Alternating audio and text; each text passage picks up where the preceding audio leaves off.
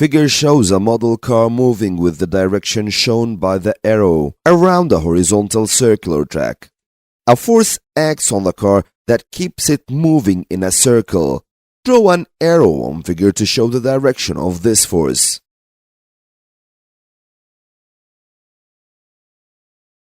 The force that keeps anything moving in a circle is named the centripetal force. This centripetal force is always directed towards the center of the circular motion. So simply you can draw an arrow from the center of the car towards the center of the motion. Question II. The speed of the car increases. State what happens to the magnitude of this force.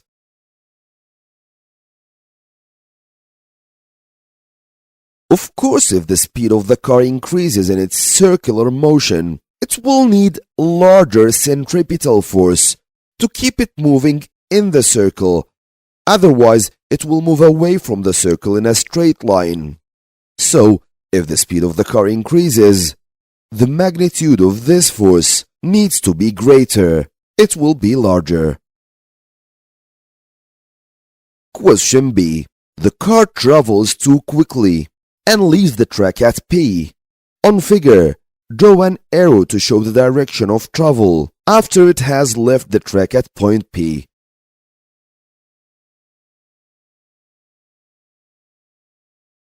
The question says that when the car is at P, it will leave the track. This means that the centripetal force is not enough to keep it moving in a circle. In this part of the question, he wants you to draw an arrow to show the direction that this car will move in after it leaves the track. This blue arrow shows the straight line the car will move in after it leaves the circular track.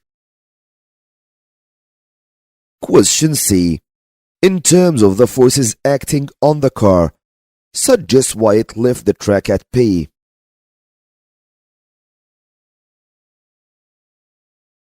Okay, remember with us, to keep anything moving in a circle, this needs a force towards the center of the motion, and as we said before, this force is named centripetal force.